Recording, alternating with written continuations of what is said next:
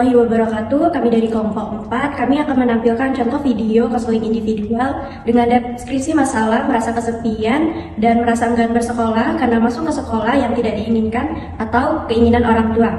Dengan pendekatan ini diharapkan siswa mampu mencapai kesadaran diri dan mampu mengatasi permasalahan yang terjadi. Sebelumnya, perkenalkan, saya Fajra Aulia. Perkenalkan, saya Selin Rahmayati. Perkenalkan, nama saya Arinda Zidiatri Putri. Dan saya Rani Rahmawaliningsi. Dan inilah kelompok kami. Silakan menonton.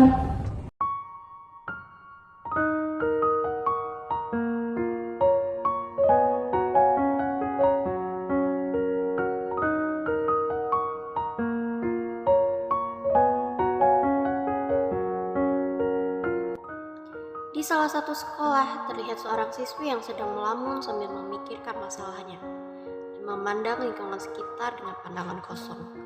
Akhirnya, siswi tersebut memilih untuk menemui guru BK dan melakukan konseling. Assalamualaikum, Bu. Waalaikumsalam. Erinda, sini nih masuk dah. Masuk, Erinda. Erinda silakan. Senang sekali Ibu ini bertemu dengan Erinda. Gimana kabarnya hari ini, Nak? Baik, Bu. Yang Ibu tahu Erinda ini ikut eskul tari ya? Iya, Ibu. Kemarin ada perlombaan tari, itu diikuti nggak? Iya, Ibu, diikuti. Alhamdulillah, juara 2, Ibu. Nanti rencananya mau lanjut mengikuti lomba kabupaten. Oh iya, bagus. Tingkatkan lagi prestasinya, Nak. Semoga di lomba selanjutnya bisa mendapatkan juara pertama. Amin, terima kasih. Oh iya, tadi sewaktu Erinda masuk, Ibu melihat muka Erinda itu kelihatan sedih atau bingung. Apakah ada yang dipikirkan Erinda? Iya, Bu. Apakah ada yang bisa Ibu bantu Erinda atau Erinda sendiri mau berkonseling dengan Ibu? Iya, Ibu. Erinda mau berkonseling sama Ibu. Sebelumnya Erinda sudah pernah melakukan konseling, Belum pernah, Bu. jadi Erinda belum tahu ya apa itu konseling. Iya, Bu. Kalau belum tahu Erinda, jadi Ibu jelasin sedikit ya tentang konseling ini.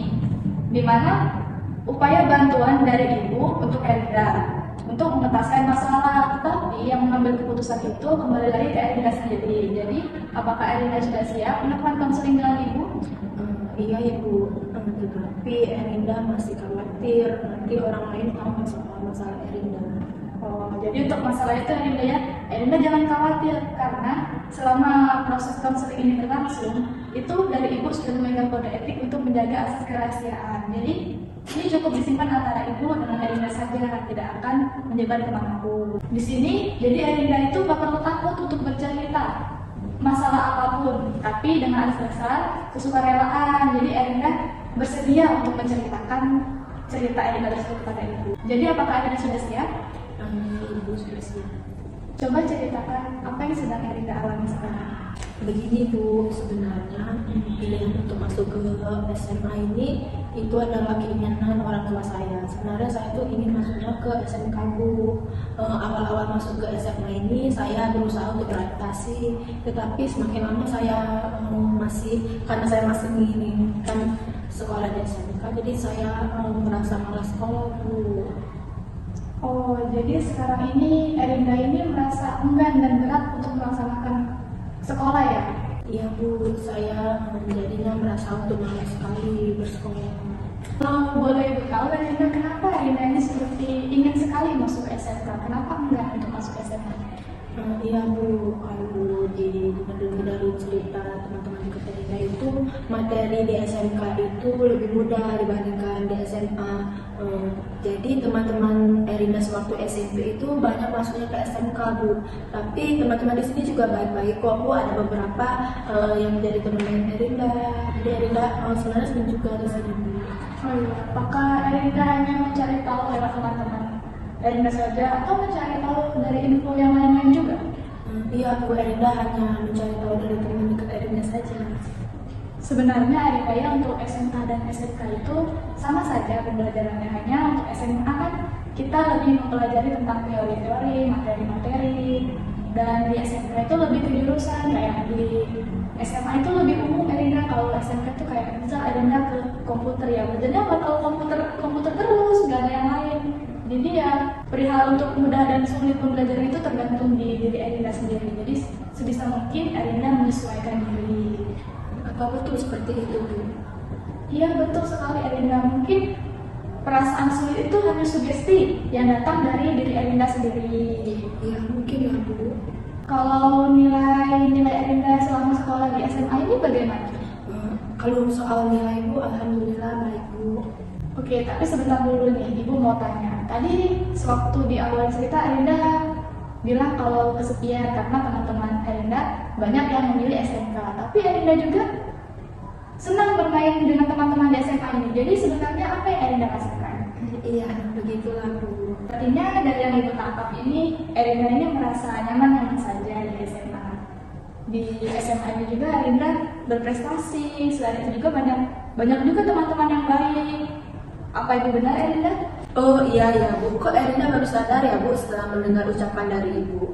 Kamu juga mengatakan bahwa teman-temanmu asik semua dan cara guru mengajarku dengan baik. Betul demikian? Iya Ibu, betul. Dari pembahasan kita yang telah kita bahas dari tadi, bagaimana pendapat Erinda tentang perasaan enggan dan berat untuk berangkat ke sekolah Erinda saat sekolah di SMA? Mungkin memang selama ini Erinda hanya terpengaruh sama cerita-cerita teman. Sekarang Erinda jadi sadar dan malu karena Erinda selalu menyalahkan orang tua Erinda, karena orang tua Erinda yang menginginkan Erinda masuk SMA ini Bu. Selama ini Erinda selalu menyalahkan orang tua Erinda. Bagaimana itu bisa terjadi? Bisa Erinda jelaskan kepada Ibu? Ya Bu, selama ini Erinda menyalahkan orang tua Erinda karena telah memaksa Erinda untuk bersekolah di SMA. Sebelum berkonseling ini juga Erinda merasa enggan dan berat Bu untuk bersekolah di SMA. Tapi setelah berkonseling ini Erinda jadi rasanya malu kepada orang tua Erinda. Selama ini apakah jika orang tua Erinda menyuruh Erinda melakukan sesuatu yang tidak Erinda minati, apakah Erinda selalu menuruti itu? Ya awalnya Erinda berontak Bu, tetapi Erinda selalu menuruti apa keinginan orang tua Erinda. Ibu kira itu adalah pilihan yang tepat ya Erinda, kan tidak mungkin orang tua Erinda itu memberikan yang buruk untuk Erinda. Tetapi bukan berarti Erinda itu harus menuruti semua kemauan orang tua Erinda, karena pasti ada yang berkebalikan kan dengan minat Erinda. Erinda bisa menolak dan memberikan yang jelas kenapa Erinda menolak hal tersebut. Betul Bu, mungkin setelah ini Erinda lebih terbuka dan jujur kepada orang tua Erinda atas apa yang Erinda inginkan. Bagus, sekarang kamu telah menemukan langkah terbaik dalam mengatasi masalah ini. Dan karena bel masuk telah berbunyi, marilah kita akhiri konseling kali ini. Namun sebelumnya, apa Erinda bisa sampaikan kesimpulan dari konseling hari ini? Terima kasih Bu, setelah Erinda berkonseling ini Erinda jadi semangat dan senang untuk sekolah di SMA Bu. Ternyata mau sekolah di SMA maupun SMK itu sama saja ya Bu. Yang penting kitanya yang senang dan bersemangat untuk sekolah Bu. Oke, sebelum konseling ini berakhir, boleh bertanya bagaimana perasaan Erinda sekarang? Ya Bu, sekarang Erinda sangat merasa lega Bu. Apa yang akan Erinda lakukan setelah konseling hari ini berakhir? Nantinya saya akan lebih berusaha Bu terbuka mengenai pendapat saya kepada orang tua Bu. Baiklah, sebagai prosedur konseling kita Erinda, maka di sini Ibu akan meminta Erinda untuk mengisi lembaran untuk mengetahui sejauh mana keberhasilan kita konseling hari ini. Siap Erinda ya? Boleh Erinda isi?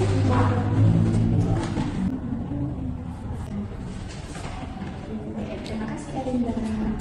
Terima kasih Bu. Apabila nanti Erinda sedang mengalami masalah lagi, maka Erinda boleh lagi Bu main ke sini untuk bercerita. Dengan senang hati Erinda, kalau ada yang ingin dibicarakan lagi dengan Ibu tunggu kehadirannya di waktu yang akan datang. Baik Bu. Ya, hati-hati Erinda ya. Demikianlah tadi contoh sajian video dari kelompok kami tentang konseling individual. Kami akhiri. Wassalamualaikum warahmatullahi wabarakatuh. Semoga bermanfaat.